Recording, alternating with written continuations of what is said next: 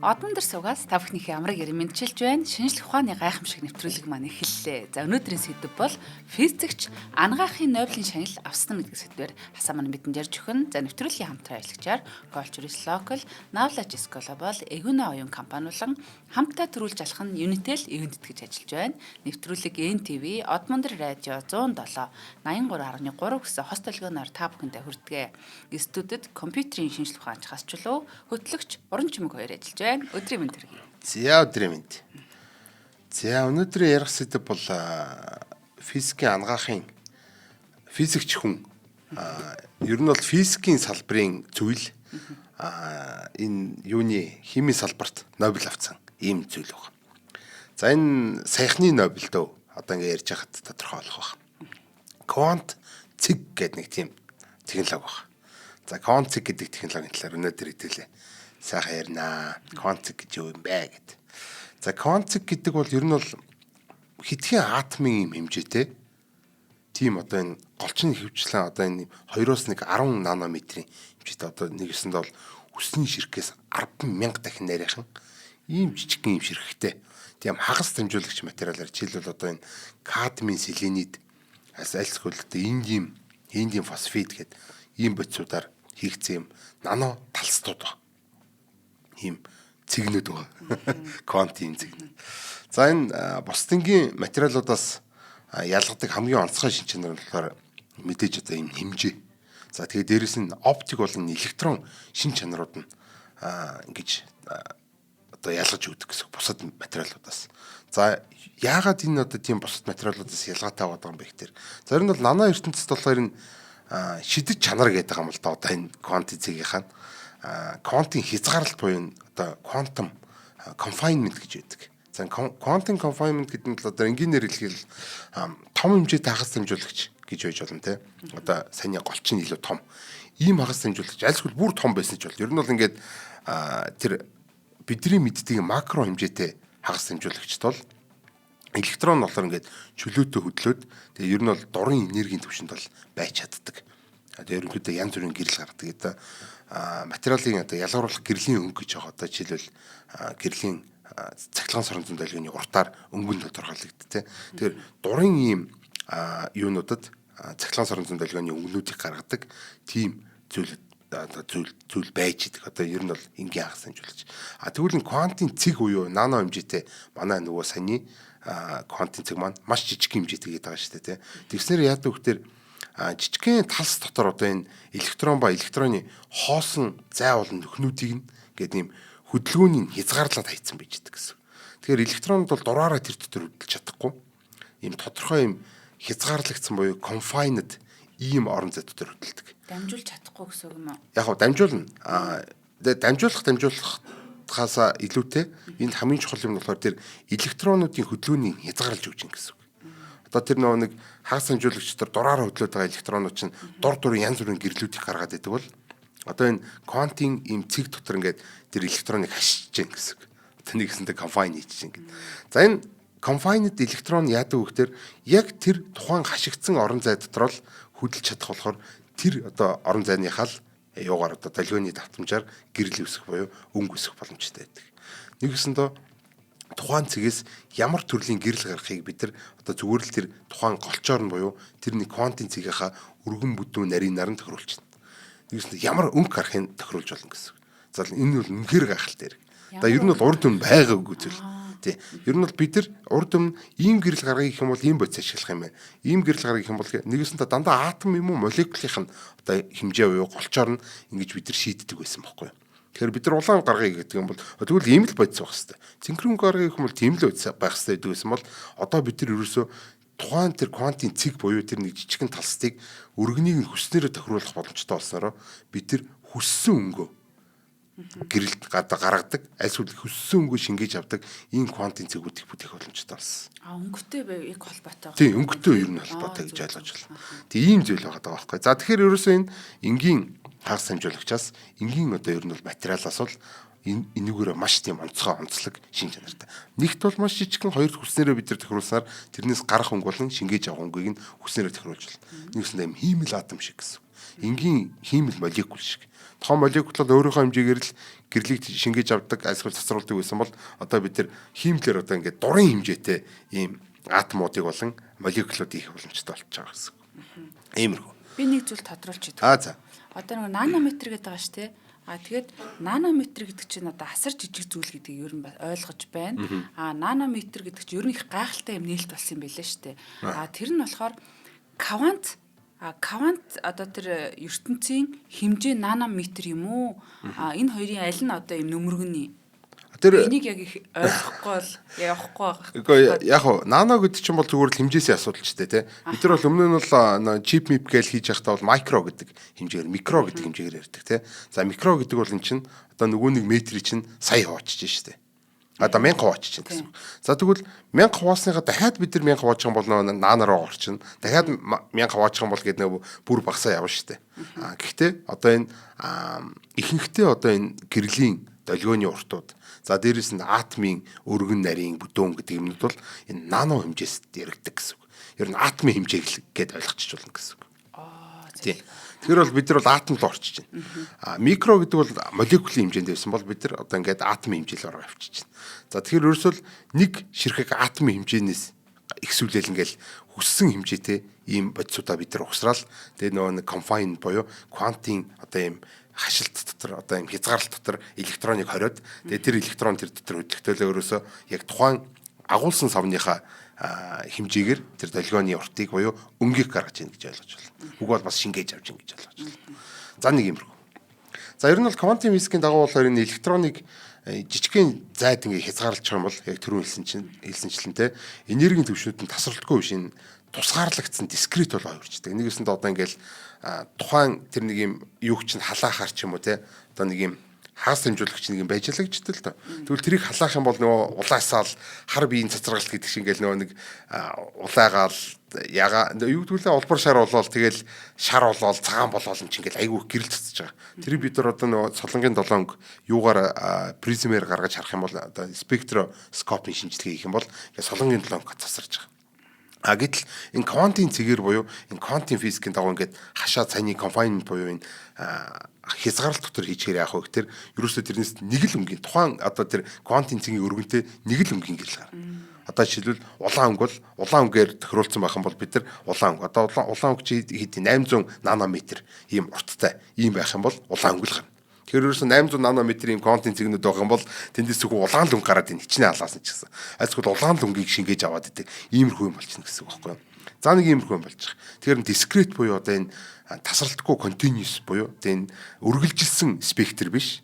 Нэгэсэндээ одоо ийм тасарсан ийм жижигэн юунод дөнгөнүүдийг бид нар гарах боломжтой болчих гэсэн үг шүү дээ. Солонгийн долоонг биш, солонгийн долоонгийн нэгийг л гарах боломжтой болж гэсэн. За нэг иймэрхүү.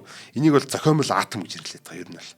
Одоо бид нар атомыг бүхэлдээ том молекулаар ингээд одоо зохиомжлоор юу одоо химлэр хийчихэж штэ. Химэл атом аяа юм гэсэн үг байхгүй. Атом шиг атом өөрийнхөө өргөнөөр шингээж авдаг, өөрийнхөө өргөнөөр цацдаг бол бид нар ерөөсөө энэ химэл атом одоо химлэр тэр атомын өргөн бүдүүнийг одоо тохируулад ин гэсэн үг. За нэг юмруу. За жижиг одоо энэ квантын цэг одоо электронд одоо хөдлөх зай нь одоо маш багасаад ингээд эхлэхээр энергийн түвшний зөрүүн их байдаг. Одоо нэгэсэндээ болохоор илүү их энергитэй тийм цэнхэр ногоон энтер гэсэн гэрлүүдийг гаргаж ирээ. Альсвал хит ягаан ч юм уу те. Одоо нэгэсэндээ жижигрэх тусам одоо тэрнээс гарах гэрлийн энерги нь илүү өндөр болоод байна гэсэн. Нэгэсэндээ өнгө нь одоо юм илүү цэнхэр болоод илүү хит ягаан болоод ингээд эхэлнэ гэсэн. Хэрвээ эсэргээрээ одоо ингээд томроод том квантын цэг байлаа гэж хэлдэг л да тий. За тэгээ одоо улаан гэрлэхээр 800 нанометр та жишээлбэлээ гэж хэлдэг л да. 800 нанометр гэж бас аваа том ийм квантын цэг болох гэдэг байгаа байхгүй. За тэгэх юм бол нөгөө нэг гэрлийн долгионы урт нь илүү томроод нэгэсэндээ илүү бага энергитэй ийм сул гэрлүүдийг гаргаж ирнэ гэсэн. Одоо жишээлбэл улаан хит улаан гэдэг ч юм уу те иймэрхүү гэрлүүдийг. За ингээ ерөнхийдөө цахилгаан саранзан долгион гэдэг юм мэдж байгаа тэр долгионыхоо уртаас буюу давтамжаас нь шалтгаалаад энерги нь хэр өөрчлөгдөж идэг, өнгө нь яаж өөрчлөгдөж идэг мэддэг хүн байх юм бол энийг ойлгомжтой зүйл. За тэгэхээр жижигхэн квантын цэг байх юм бол илүү өндөр энергитэй одоо нэг цэнхэр хит ягаан гэрэл гаргах нь илүү томрогдсмаа илүү улайгаад илүү хит улаан болоод те ийм энерги багтай гэрлүүд их гаргана гэж одоо ингэж ойлгох хэрэгтэй. Жижиг байх тусмаа одоо цэнхэртэй гэрэл гарах юм биш үү тэгвэл. Яг үнэн тий. Жижигэн байх тусмаа л илүү тийм энерги өндөртэй гэрлүүдийг гаргаад байна гэсэн. За ерөнхийдөө энийг бид нар бол ингэж хөгжмийн зэмсэгтэй адилтгаж ойлгож байна. Тий. Одоо богинохон чавхтас охин болон чинь дин гэдэг одоо ийм өндөр давтамжтай ийм өндөр энергитэй өнгө гаргаад байна шүү дээ тий. Одоо нэгэсэнд бол тийм нарийн дуу гаргадаг. Дин гэдэг ингээд нарийн дуу гаргадаг бол чавхтсан гэл урт болоод тийм гэдэг ийм өргөн болж өө гэдэг. Энэ бол бага энергитэй ийм бүдүүн дуу гарч байна шүү дээ тий. Яг ингээд ойлгочих хэрэгтэй. Чавхтсан нарийнхан багцсан тийм илүү өндөр юу ахын бол урт ахын бол илүү бүдүүн бүүн гэдэг бага энергитэй тий. Тэгэхээр ерөөсөө л нөгөө нэг юу чинь квантын цэгийг чи ингээл жижигрүүлэнгүүт л дин гэдэг цэнхрэнг болоод хитягаан болоод тэгэл томруулангууд л гэдэг улаан болоод хит улаан болоо ингээ явчихна гэсэн. Ингээ тохируулчих. Нэгсэнд одоо бид нар квантын цэгийн хэмжээг нь өөрчлөх маягаар одоо тэр чавцсны уртыг нь өөрчилж байгаа юм шиг одоо нэгэсэнд ингээ хөглөөд ийн гэсэн үг байхгүй. Яг хөгжим хөглөж байгаа юм шиг хүснээрээ бид нар ингэж хөглөх боломжтой болж байна. Ай биш өнгө гаргах юм. Яг үн тий. Өнгийг хөглөх боломжтой болж байгаа байхгүй тий. За энэгээр бол энэ квантын цэг бол маш тийм гайхалтай ийм технологи байна. За тэгвэл бас мэдээж одоо цаашаа бол бид нар ярина шүү дээ те эн чинь юунд хэрэгтэй юм ч те тэглээгээд яах юм те өнгө тохирууллаа гэдэг тэр чинь зүгээр өнгөл юм биш үү өөр тийм чухал юм байхгүй мó гэж бодож байгаа. За эхлээ ямар ч сэдвүүлээ түүхээ явъя. Одоо олон жил ясаараа. За 20 дугаар зууны сүүлээр эхэлсэн одоо иймэрхүү түүх гэж байгаа. 20 дугаар зууны сүүлээр гэж одоо нэлээд ойрхон эхэлсэн саяхны технологи байгаа дээ шүү дээ те. За Орос Америкийн эрдэмтдийн одоо бие сүүл хамаарсан тийм судалгааны үр дүнгээс энэ үүсэлтэй гэж үздэг. 1980-аад онд бол одоо анхны нээлтүүд нь гарч ирсэн. 1981 онд бол энэ зөвлөлтийн физикч Алексей Кимов гэдэг хүн бол энэ шилэн матрицд дагуулдаг тийм зэсийн хлоридын тийм хит жижигхэн маш жижиг юм талстууд үүсээд за тэрэнд нь гэрлийн шин чанар одоо хэмжээний самараад өөрчлөлт юм байна гэдгийг анхудаа мэдж авсан. Тэгвэл зэсийн хлорид гэдэг ийм бодисууд нь маш жижигхэн түрүүний квантын цэг гэдэг шиг нано хэмжээтэй болоод эхэлсэн чинь энэ шал өөр гэрлийн профайлтай одоо нэгэсэндээ юу биш болж байгаа. Зэсийн хлорид биш болж шал өөр шин чанартай, шал өөр гэрэл шингээдэг, шал өөрөөр гэрэл одоо ингэж өөрөөсөө цэцруулдаг болоод эхэлж байгаа байхгүй. За энийг бол анх энэ Алексей Кимов гэдэг хүн нээсэн баг. За энийг бол квантын одоо тэр confinement буюу хязгаарлалттай холбож тайлбарласан байна. За 1983 онд болохоор энэ Америкийн нэгдсэн улсын Bell Lab одоо Альберт Bell Lab-ийн хэмж Луис Брюс гэдэг хүн бол энэ холоид уусмал одоо энэ кадмийн сульфид гэдэг юм л да. Тэр дотор энэ холоид уусмал дотор байгаа энэ талстууд байна. За тэр талстууд квантын хязгаарлалтад одоо түрүүний квантын confinement-д орж байгааг ажиглаад за тэгээ дээрэс нь тэдний юм жинхэнэ утгаар нь одоо синтезлэх боломжтой бас. Одоо өмнөх нь бол зөвхөн хими уруулаар гаргаад ирсэн бол одооных бол одоо ингэж синтезлэх боломжтой. Буюу одоо нэгэсэндээ хийх бүтээх бид нар хүснээрээ одоо томруулж жижигрүүлэх синтез аргаар гаргаж ирэх одоо химлэр гаргаж ирэх боломжтой болж байгаа гэсэн. Синтез ч одоо химлэр л гаргаж ирэх хэлж байгаа шүү дээ. За нэг иймэрхүү юм болж ирсэн байна. 1980-аад оны үед. За тэгээ 1990-ад онд болохоор 1993 онд бол физикч Марк Рид анх удаа энэ бөөмүүд нано бөөмүүдийг гэдэг юм тий. Квант цэг буюу quantum dot гэж одоо нэрлсэн байгаа даа. За тэгэхээр одоо өнөөгийн бидний яриад байгаа квантын цэг буюу quantum dot гэж нэрлэдэг байгаа нь 1993 оноос гаралтай байна. За тэгээд энэ нэр томьёо олон улсад одоо хүлээн зөвшөөрөгдсөн байдаг гэдгээр бол. Тэгэхээр одоо бидний технологи бүгдээрээ нано dot quantum dot гэж нэрлэнэ гэсэн. За тухайн үед бол эрдэмтэд энэ квантын цэгийн одоо оптик болон электрон шин чанаруудыг нарийн хянах боломжтойг батлаад тэгээд тэднийг өргөн хэрэглээнд нэвтрүүлэх боломжийг нээсэн байгаа. За нэгээс нь тухайн үед лабораторид байсан бол одоо энийг чинь үйлдвэрлэж болох юм байна гэдгийг одоо нээсэн. За тэгээд 2000 он гараад за тэгээд тэрнээс хойш бол одоо жинхэнэ технологийн хувьсгал эхэлж байгаа. За 2000-ад онд болохоор квантын цэгийн одоо бяа ангаах ухаандах хэрэглээ одоо ялангуяа энэ ис болон эдүүдийг тодруулагч гэж юм байна. Энд нь бол одоо энэ флуоресцент гэж нэрлэдэг тийм одоо нэгэсэндээ гэрэлтдэг одоо нэгэсэндээ бидний бие махбод эдис эргэтнүүд л ингээл гэрэлтэн гэсэн үг шүү дээ тийм. За флуоресцент маркер болгож ашигласан. Одоо нэгэсэндээ гэрэлтдэг маркер тодсгогч гэсэн үг шүү дээ тийм. Гэрэлтдэг тодсгогч болгож ашиглаж эхэлсэн байна. 2000 оны ихээр бол.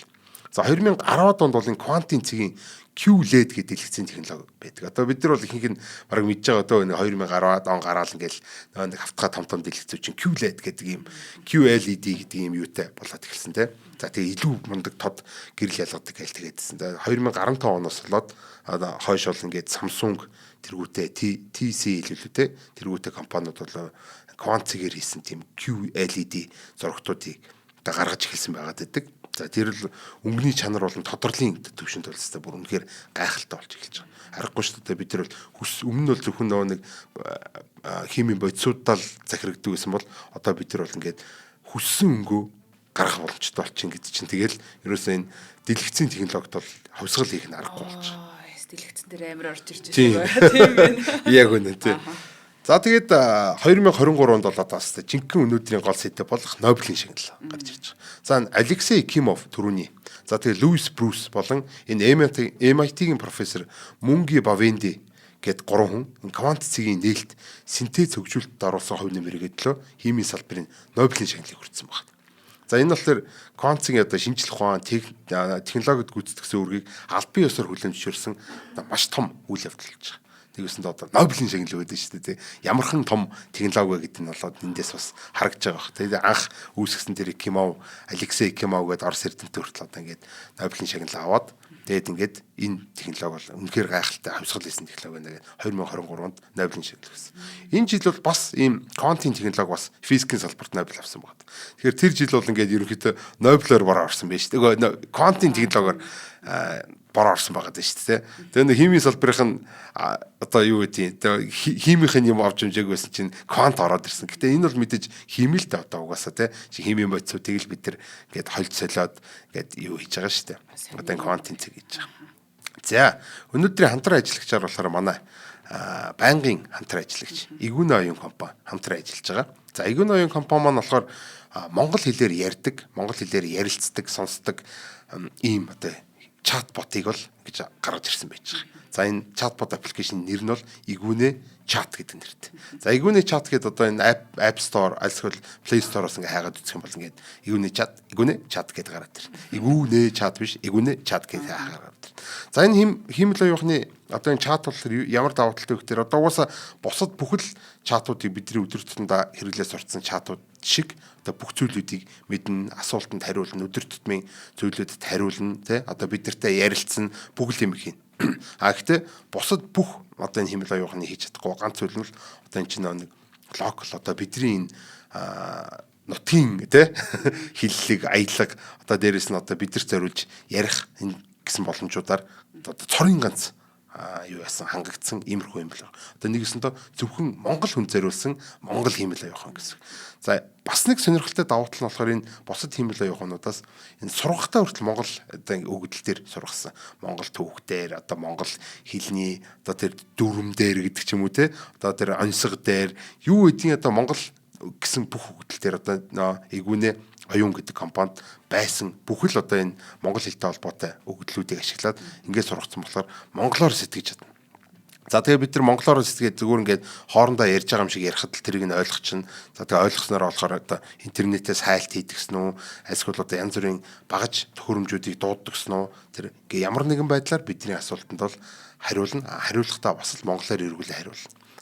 Бид нар бол дуу хоолойг нь бол хүснээрээ сонгож өгч болно, эрэгтэй, эмэгтэй болгож болно, тайван айдуухан, альсгүй цоглог хөгжилтэй болгоод ч юм уу те хүссэн одоо дуу хоолойгоо ингээд сонгоод тэгээ бид нар бол өдөр тутмынхаа хэрэглээнд одоо гар утастайгаа шууд ингээд дэлгэцэнд нь хүрхгүйгээр ингэж ашиглах боломжтой болж байгаа. За интернет лөө за одоо тий бидний мэдлэгийн их талаар зүгээр одоо ингээд хурууны одоо өмнө нь бол тий хурууны өндгний одоо юу гэдэг үзүүрээр ингэж хөрдөг байсан бол өнөөдөр одоо хурууны үзүүрч хэрэггүй болж байгаа байхгүй тий одоо бидний хил амлал хийж байгаад ингээд болчихно.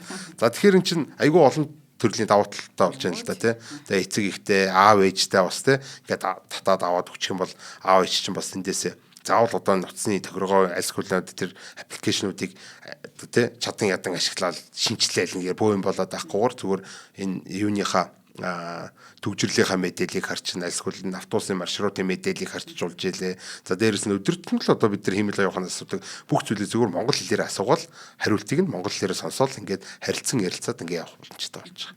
За тийм болохоор одоо монголчууд минь Монгол үндэсний хэмжээ аюу ухаанаа дэмжиж игүүний чат аппликейшнийг бол татаж аваад ашиглаарай. Ер нь бол эн чинь үнгүй байгаа. За тэгээд дээрэс нь шүү хэмжээ аюу ухаануудын хийдэг бүхэл юмнуудыг хийн асуултанд чи хариулна интернетийг ухаад өгч өмнөөс чи тэ. Заавал одоо бид нар бол гуглдэх мөглдөх гэж өүлөг байдаг байсан бол одоо игүүний идэх гэдэг одоо өүлэг өгтөө болно шүү дээ тэ. Одоо чи надад игүүний ичээч гэ тэ. Ингээл сайхан амар болчихно. За тэгэхээр эртнээс сайхан Монгол хэмжээ аюу ухаанаа дэмжиж суулгаад ашиглаад ингээ яваарай. Энэ бол ингээ маш том одоо энэ үндэснийхээ хэмжээ аюу ухаанд дэмжиж байгаа хэрэг болно шүү гэж одоо та бүхнийг уриалъя. За игүүнэ оюун компанид баярлаа. За цаашаага хэдүүлээ.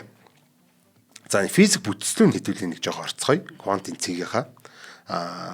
Квантын цэгийн үйл ажиллагааны талаар хагас дамжуулагчийн электрон төвшний онол гэдэг юм дээр одоо банд теори гэж нэрлэдэг байгаа. Банд теори гэдэг юм дээр ингээд толгуурласан. За тэгэхээр энэ би л одоо энэ төвшний онол одоо электронны төвшний онол гэж нэрлэж байгаа. Гэтэ ер нь бол тэгж орчуулах баг. За квантын хязгаарлалт буюу квантын confinement гэдэг энэ зүйлүүдээр нь бол одоо энэ квантын цэг маань ажиллаж байгаа. За хагас дамжуулагчийн электронны төвшний онол буюу энэ банд теори гэд юу гэдэг юм бэ гэхээр хагас дамжуулагч одоо материалд энергийн хоёр үндсэн төвшин байгаад байдаг. Валентийн төвшин болон дамжуулалтын төвшин гэж хоёр байдаг. За энэ атомын одоо энэ электрон тогтоон барьж чадах одоо нэгсэн нэмэгц зэнэгтэй атомын цөм байгаад байна шүү дээ. Тэрний гадна талаар хэдэн ширхэг ер нь электрон хэр хол байгаа электроныг ер нь барьж чадах гэдэг юм хүчин чадлын одоо юм зааг байж байгаа тийм. За тэр заагийн одоо хамгийн гадна талын энергийн төвшнийг бол бид нар валентийн төвшин гэж нэрлэдэг. Энэ одоо төвшнийхээ электронуудаар атомууд хоорондоо ковалентийн холбоонд ороод юм молекулуудыг үүсгэдэг болохоор бид нар энийг валентийн төвшин гэж нэрлэдэг.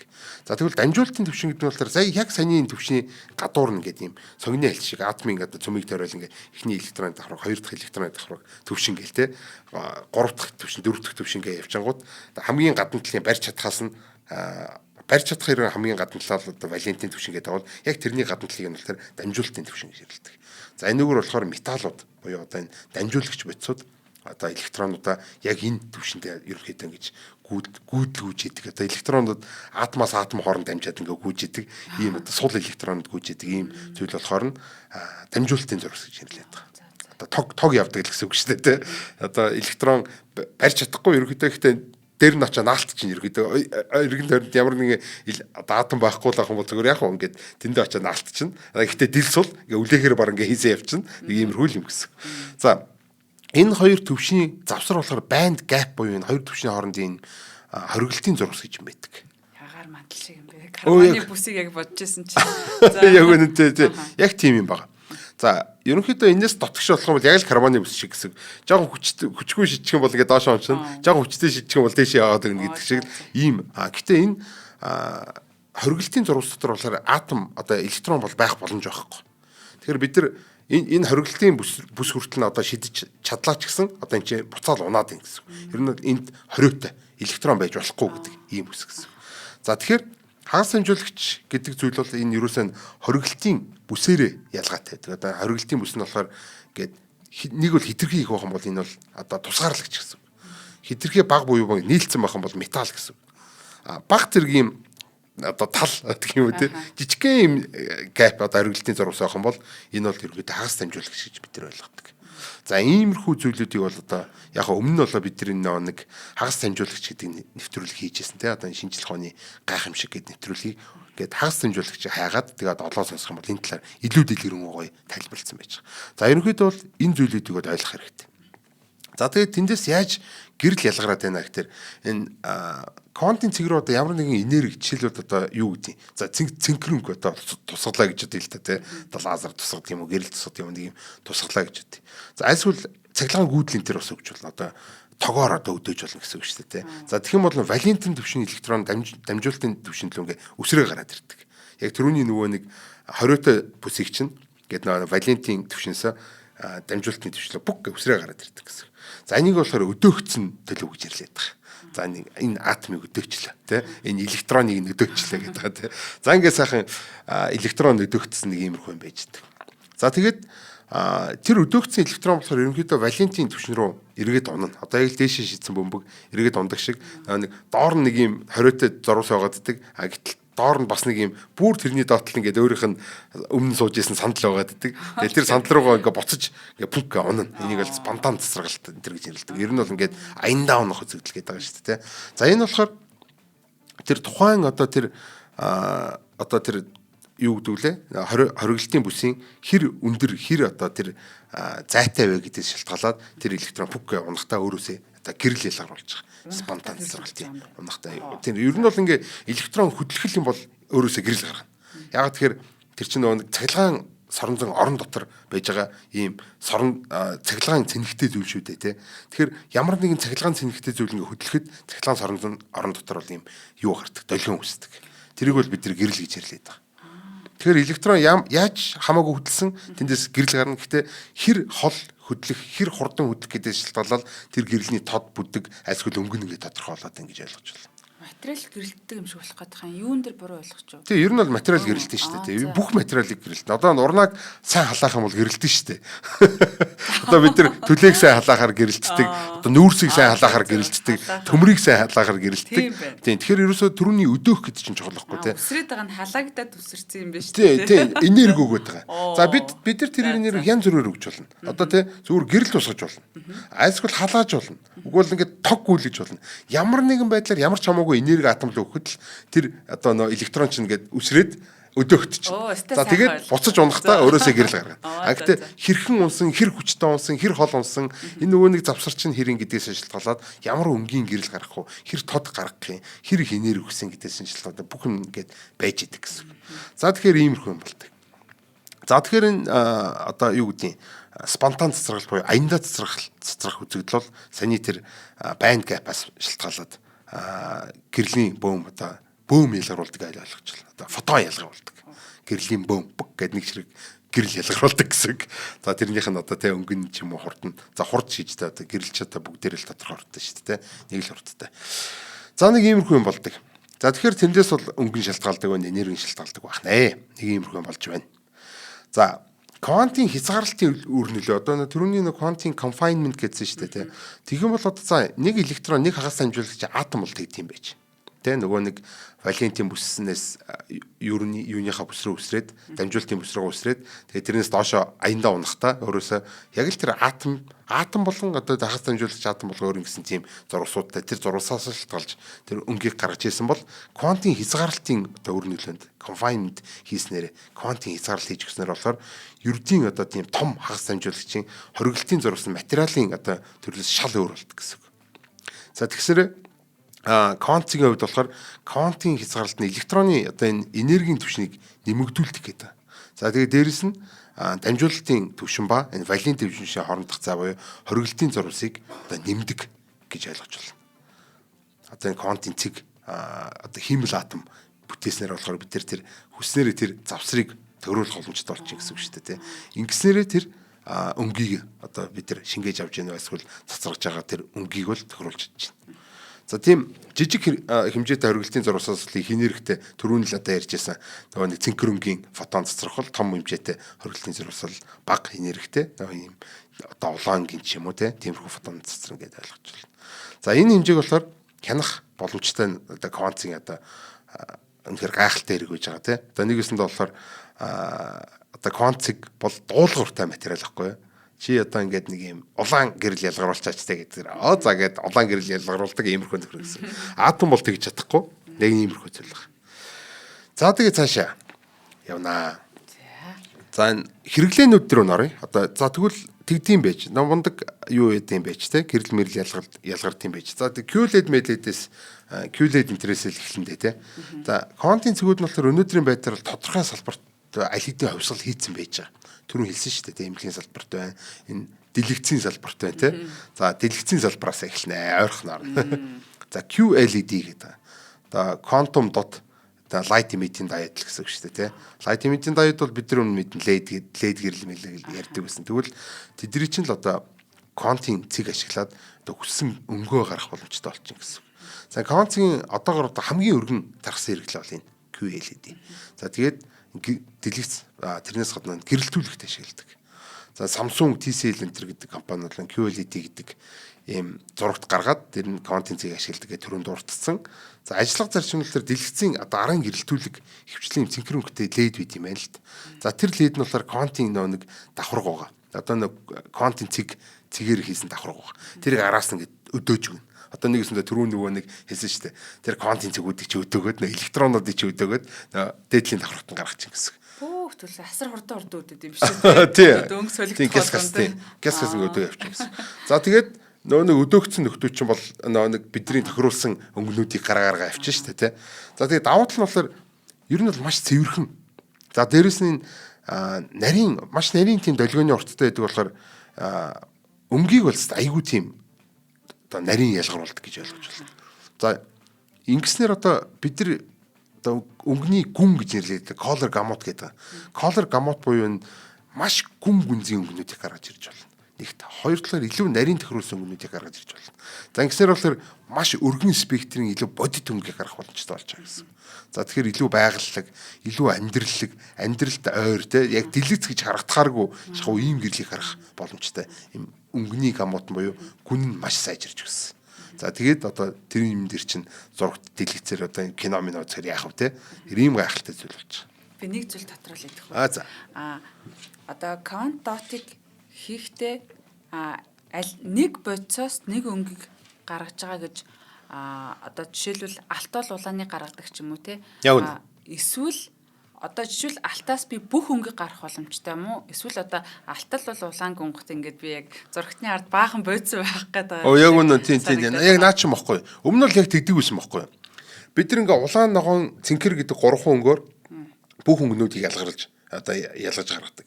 Гэтэл улаан өнгөө сонгох гэхээр зөвхөн одоо тэр нөө юу гэдэг нөө мөнгө ус ч юм уу те. Мөнгө ус одоо улаан өнгө ялгаруулдаг. Цэнхэрөнгө нь болохоор бөөн юм болж байгаад арай гэж одоо гаргаж ирээ. Тэгээд Нобелийн шагнал энэ төр авсан тиймэрхүү юмнууд байгаа шүү дээ. Тэгэхээр бид нар тухайн бодистой захирагдаж энэ өнгөнүүдэд сонгодог байсан гэсэн. Ингэснээрээ нөгөө нэг өнгөний гүн гэдэг юм чи байхгүй болчихж байгаа байхгүй. Бид нар тэдэр захирагдаад байна шүү дээ. Тэдэр л ямар цэнхэрөнгө гаргана уу бид нар тэрийг л одоо ашиглана гэсэн. Гэтэл одоо бол бид нар нэг л бодисыг ашиглана. Нэг л хагас дамжуулагчийг ашиглаад нөгөө нэг контент цэгүүдээ өргөн нарийн ямар цэнхэрөнгө гарга маань тэр хэмжээндээ тохируулж агаад тэгээ ерөөсөө хүссэн өнгөө гаргаж ирж чадж байгаа гэсэн. Гайхалтай. Тийм. Яг үнэ бүр үнэхээр гайхалтай зүйл байхгүй тий. Бид нар бол өмнө нь одоо нэг бодисын лугаар явдаг байлаа шүү дээ тий. Одоо тий аашаар явдаг байсан бол одоо тэр нөө дуулууртай болчихж байгаа квантын цэг гэдэг чинь тий. Квантын цэгүүд бол маш дуулууртай. Чи ийм өнгө гаргах гэсэн бол тэр л өнгөийг гаргана. Энэ бол бүр үнэхээр гайхалтай майнд блоуинг юм зүйл байхгүй. За ойлоо жаахан байж байгаа хэллээ. За тэгээ нэвтрүүлгийн хамтран ажиллагч хамтдаа төрүүлж алах нь Unitel компани вэнд гэж ажиллаж байна. За Unitel-ийн зүгээс хэрэглэгчээ зориулаад шинэ жилийн бэлгээ бэлдсэн байна. Тэгээд ямар бэлэг вэ гэхээр Unitel аппликейшн руугаа ороод бэлэгтэй гэдэг зэс рүү ороход хэрэглэгч болгонд өөр юм 3 төрлийн хөнгөлтөө багцууд байгаа. Тэгээд бас их сонирхолтой юм те. Надад яг ямар багцаа санал болгож байгаа вэ гэдгийг орж харах тэр мөч бас их гоё байна. Тэгээд жишээлбэл 50 ГБ датаг 4,000 төгрөгөөр авах ч одоо юм боломжтой. Янз бүрийн юм багцууд байгаа. Тэгээд нөгөө комментэр 50 ГБ 4,000 гэж юу байх вэ гэд бичсэн байсан. Тэгээд байгаа шүү. Тэгээд нөгөө Unitel аппликейшнийг ашиглах нь маш одоо ашигтай байгаад байгаа. Тэгээд хүн бүр зориулсан өөрөөр багцтай. Ингээд энэ багцаа хөнгөлтөө үнээр ингэж авах боломжтой гэсэн.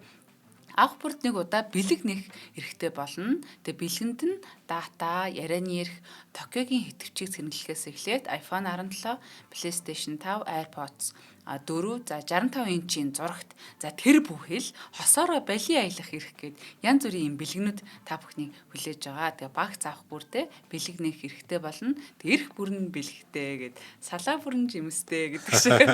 Үнэхээр гайхалтай. Олон ингэж дараалсан гоё азаа үзэх юм боломжийг болгонд та бүхэн маань юу их вэ гэхээр зүгээр л авдаг датагаа л авна гэсэн үг шүү дээ. Тэрэнд нь ингэж бэлэг бэлдээд байгаамаа. Бас дээрэс нь аппликейшнээ ер нь суулгачих юм бол үйлчлэгч одоо амархан авчин. Тэгээ өөрийнхөө одоо тэр нэг жимжиг шалгах гээд ингээд авахгүй зүгээр одоо нөө фэйсбүүкээр ороод шалгаж байгаа юм шиг ингээл шалгаа авчин шүү дээ. Тэгээ дээрэс нь тэр чин цоошин урамшууллын мэдээллүүд нь ороод ирнэ. Бас дээрэс нь аппликейшнаараа цэнэглэхэд чөлөө төлбөр төлөхөд бас хөнгөлт мөнгөлттэй энэ тэр болцсон байт юм байл.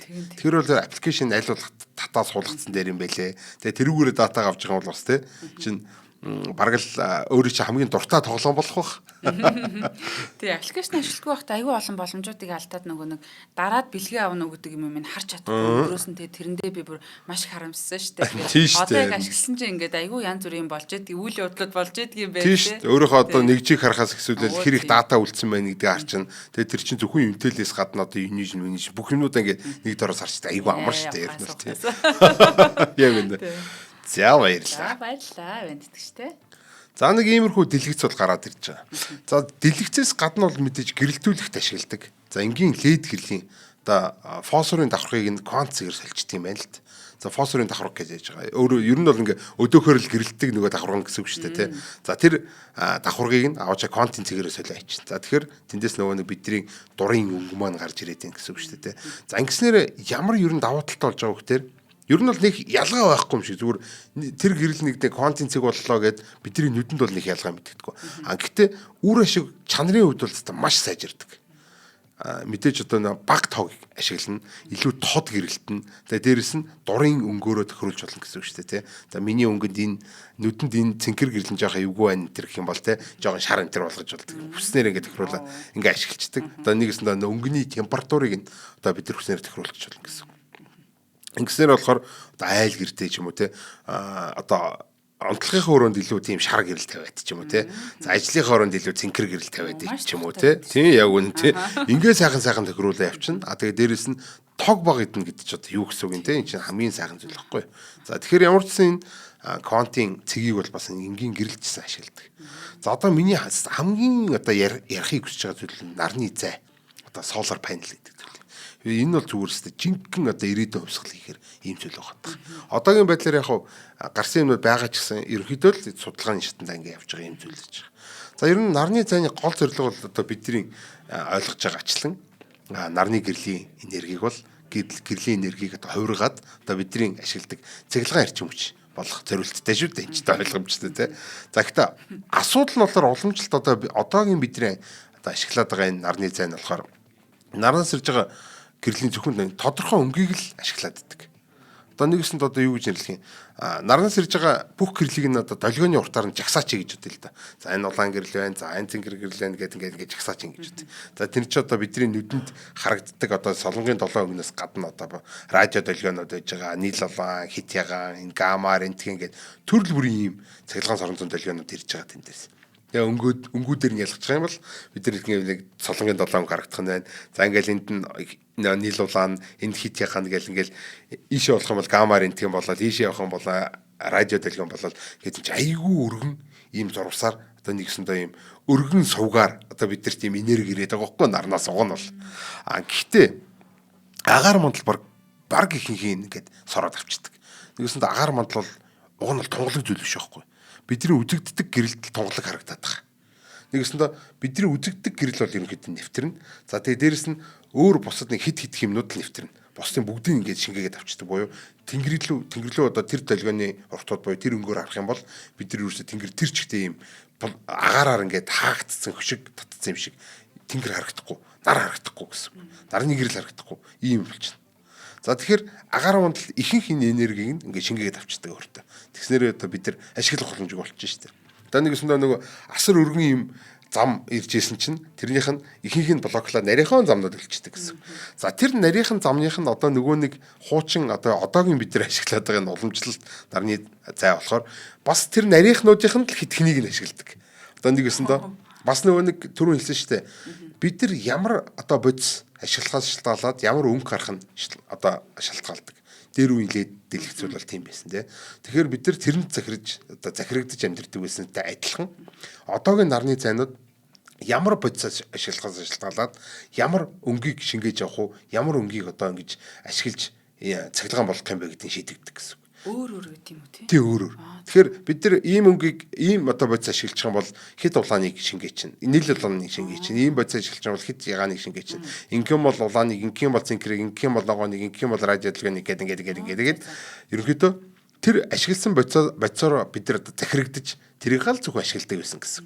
Ашиглаж байгаа одоо бол. Тий. Одоогийн технологи бүгдээрээ. Тэгэхээр нарнаас ирж байгаа ихэнх гэрлийн агаар хагаачдаг. тэгээд нэвтэрж орж ирж байгаа жоохон энергийнх нь бид нар бүр жоохон хэсгийг ингээд авдаг байгаа байхгүй. Тэгэхээр нарны зайны одоо үр ашиг гэдэг бол маш муу одоо бол. За тэгэхээр иймэрхүү зүйл болж байгаа. Энийг бол одоо бид нар спектрээр яриад байна шүү дээ тий. За тэгэхээр тэр нэг спектрийн дэлхий дээр тусч байгаа нэг цөөхөн хитгэн спектрийг бол бид нар одоо цонх энергийн цонх мох гэж нэрлэдэг байгаа тий. Нарнаас ирж байгаа эрчим хүчний цонх. За тэр цонхоор бол бид нар бол тэнгэрээ ажиглан нарнаас эрчим хүч аав нэг иймэрхүү. Өгөө сансарт гарахаас өөр арга байхгүй. За нэг иймэрхүү. За тэгсэн чинь одоо яах вэ? Одоо яг л дэлгэцтэй адилхан. Дэлгэц бол квантын цэгийг ашиглаад дурын гэрлээ гаргаж ирсэн бол одоо бид тэр квантын цэгийг ашиглаад дурын өнгөө шингээж авах боломжтой. За шингээж авсан одоо тэр гэрлээ бол бид тэр шууд цахилгаан энерги болох боломжтой гэсэн үг шүү дээ, тэ. Ийм зүйл болж байгаа. Яг адилхан. За энэ хязгаарлагдахгүй бүгдийг аавна гэсэн үг юм тийм, яг үнэ. Тэгэхээр одоо нөгөө нэг цөөхөн орж ирж байгаа нэг хідэн спектр угаацсан шүү дээ. Нарны одоо энэ агаар мандлын нэвтрүүлж байгаа. Тэр бүх одоо спектрийг нь одоо бид нар бүгдээр ингэ тохируулчих гэсэн үг шүү дээ. Хөглөж байгаа юм шиг, хөгжим хөглөж байгаа юм шиг дон гэж тохируулаад тэгэл ерөөсөө нараас ирж байгаа бүх энерги авах боломжтой. Үнэхээр гайхалтай тийм. Тэгэхээр одоо үр ашиг нь бол хамаагүй өндөр нэмэгдэж байгаа. За тэгээд дээрэс нь эн чин тий хүснээр тохируулна гэж юу гэсэн үг. За хүснээр тохируулж байгаа дээр л айгүй гоё юм байгаа. За ерөнхийдөө яг энэ онлын хувьд бол одоогийн байдлаар бол нэг юм 20-30% та нэлээд гайг болцсон явж байгаа. Одоогийн баг нөгөө юуны лабораторид доо шүү дээ. Лабораторид бол нэг бидний ашиглаж байгаа нарны зайтай нэлээд дүүцэж ирэх хэмжээний. Онлын хувьд бол эн чинь дээшээгээ бүр энэ 20-30-аас дээшээ 40 гараа тий 50-60 хүрэх ийм потенциалтай ийм технологи. Одоо нэгсэндээ нарны гэрлийн бид нэр 60% нь ашиглана гэсэн үг шүү дээ. Квантын цэг ашигласаар.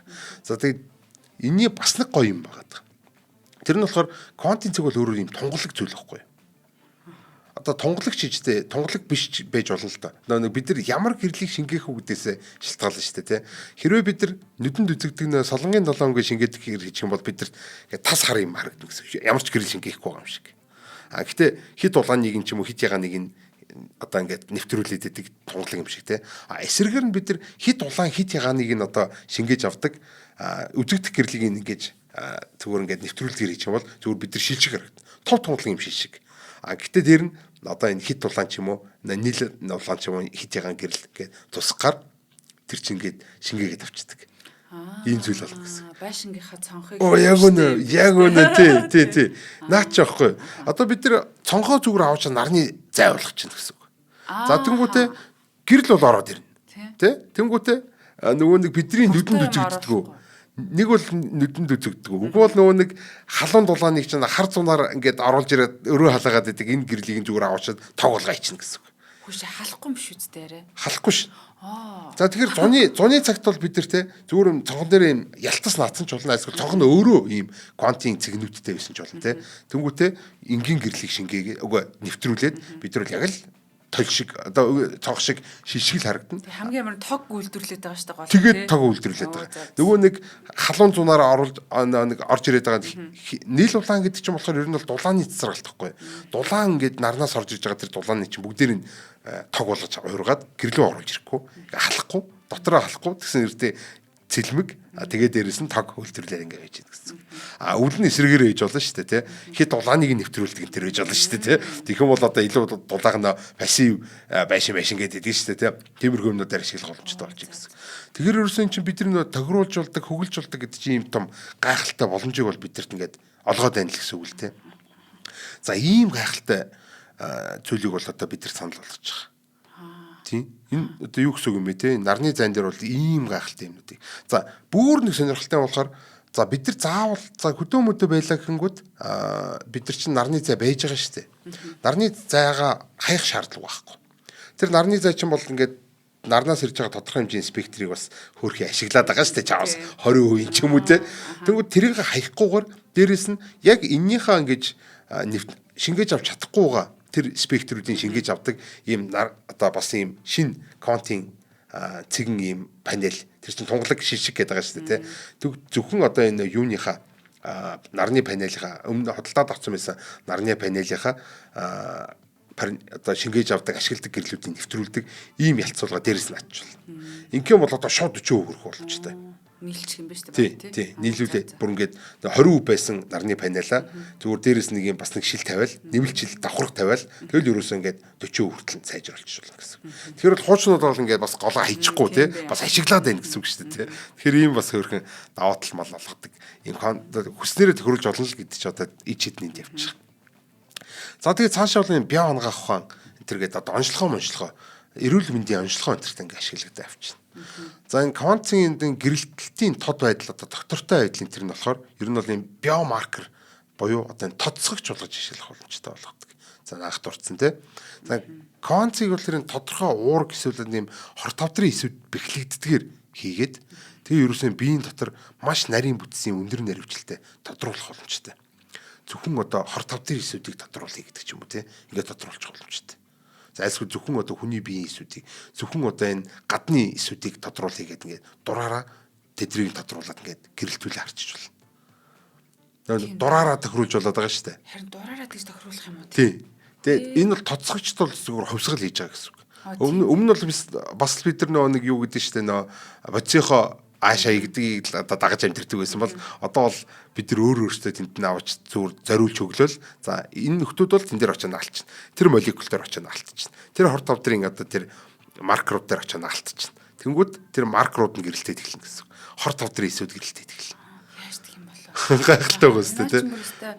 Тэгээ бүх асуудлыг бараг шийдчихэж байгаа юм шиг сонсогдож шүү дээ. Тийм. Энэ бол шийдэхээр байгаа. За месослын үед болохоор энэ хавдрын эсүүдийг л эргэн тойронд нь эрүүл идүүдээс нь ялгахын тулд ингэж тэгж тоцсож гэрэлтүүлээд тэр ерөөдөө тэр одоо ингээд хор тавдрын эдийг нэгж тайрж авч ингэж бодъё л та. Тэгэх юм бол тэр чинь ийм нүдний шил зүй чинь тэгэл ерөөсөө яг нөгөө нэг юу чи харагдчих гэрэлчин гэсэн үг шүү. Нүдний шил зүй шаардлага байхгүй одоо баг дээрээс нь гэрэл тусгаж яхад л ингээд зөвхөн одоо тэр хор тавдрын эснүүд нь гэрэлтэй харж байгаа. Гэрэлтэй юмнуудыг бүгдийг түгээд авчихна. Тийм амар юм гэж байдаг. Нэг л заавар маягийн гэсэн үг шүү дээ. За энэ хэсгийг тас, энэ хэсгийг тас, энэ хэсгийг тайр гэл эмчнэр чинь ингээ авчихна. Айгүй амар. Өстө жинхэнэ гайхалтай энэ бол тий. Яаж тийш даалгаврыг нөхөх юм бол гэж ер нь их гайхаж. Харин тий. Тэрийг ялгаж тань бусад эсээс тань нэгдэг чи хэцүү штэ. Талааны эс чинь жишээлбэл хавдрын эсийг өөрөө ингэж таньж чадахгүй атал тий. Тий. Тэгэхээр ч одоо тэр маркерийн нь одоо бид нар нөгөө нэг өргөн бүдүү нарийн нэг нь одоо бодож олоод тэнгуүтээ нөгөө нэг квантын дотоо тэрэнд нь зориулж байгаа квантын цэгээд зориулж байгаа ингээ хөглөж штэ. Тэгэл яваш биелүү нэвтрүүлгүй зөвхөн тэдэр дээр нь очиж наалдаад байна. Тэгэл дээрэс нь гэрэл гэл тусангууд зөвхөн тэдэр нь насаад байна гэсэн үг байхгүй. Бүрэн хэрэг гайхалтай. За онцлогооны хувьд болохоор квантын цэг зориулсан тэр мэдрэгчүүд гэж байгаа. Тэд нар болохоор цуснд байгаа өвчний тэр биомаркерууд буюу энэ өвчний одоо маркерууд л гэсэн үг шүү дээ. Тэднийг бол ингээд маш бага концентрацаар маш бага одоо өндөр одоо мэдрэгч гэсэн үг шүү дээ. Маш өндөр нарийнаар одоо мэдэрч чадна. Маш бага концентрацийн өвчнийг хүртэл бид нар шууд ингээд мэдэж авах боломжийг олгож байгаа. За мэдээж одоо энэ онцлогоо бол ерөөсөө хурдан үр дүнтэй болох боломжтой болж байгаа. Эсийг тэгж тодруулж байгаа юм бол одоо чинь бид байгаа паразитуудыг тодруулна гэх гот одоо зүгээр тодруулчих юм шүү Тий, дээ. тий. Тэр паразит бол явандаа аалах юм байна л да. Тий, алж болно. Тий, ерөөсөө энэ чинь нэг өөрөөсөө гэрэл гаргаад байна. Энэ чинь биолюминесценс гэдэг чинь одоо дээрэс нь гэрэл тусгаар өөрөөсөө гэрэл гаргаад байгаа шүү дээ, тий.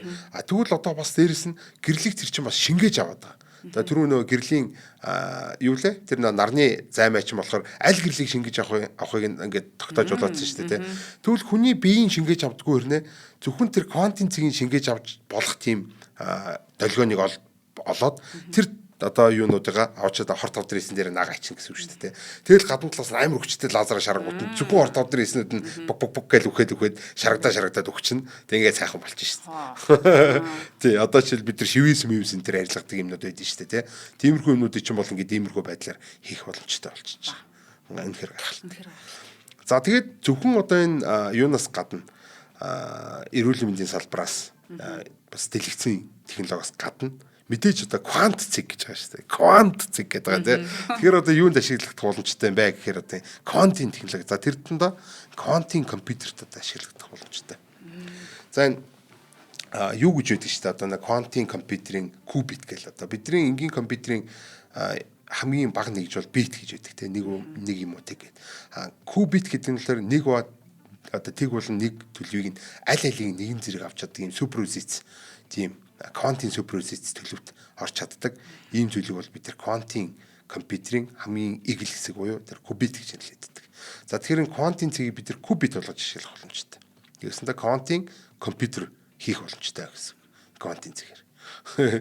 За тэгээд яаж ажиллах юм бэ гэдгийг энгийнээр одоо тайлбарлах гэх юм бол энэ жижигхэн шүү дээ тий. Тэгээд дээрэс нь одоо эн чинь нэг юм спин гэж нэг юм байгаа. Яг энэ бол квантын ойлголт та яг чиглэлээс одоо эргэлт гэсэн утгатай үгүй. Гэхдээ яг чиглэлээс эргэжээд юм биш л да. Гэхдээ ерөнхийдөө тухайн одоо энэ квантын бит маань баруун тишээ одоо эргэж байгаа спинтэй гэж болно. Үгүй зүүн тишээ эргэж байгаа спинтэй гэж болно. Барууныг нэг одоо зүүнийг нь тэг гэд бодчих болно шүү дээ тий. Тэгэхээр бол квантын төлөв буюу одоо энэ суперпозицээр болгоод тэр чинь баруун тишээ эргэж явахдаа зэрэг зүүн тишээ эргэн заяа. Одоо энэ чинь солиорж өгнө шүү дээ. Нөгөө нэг квантын л нөгөө механикийн ачаа чинүүд гарч ирээд чинь хачин жигтэй юмнууд гарч ирж байгаа. За тэгвэл нөгөө нэг квантын цэг чинь квантын цэглэл юм чинь бас ийм спин одоо эргэлтийн тэнхлэгтэй тэр эргэлтийн тэнхлийнхаа аль алинд нь баруун тишээ эргэж явахдаа зэрэг зүүн тишээ эргэж болох энэ байдлыг ашиглаад бид тэр квантын кубит хийж байна.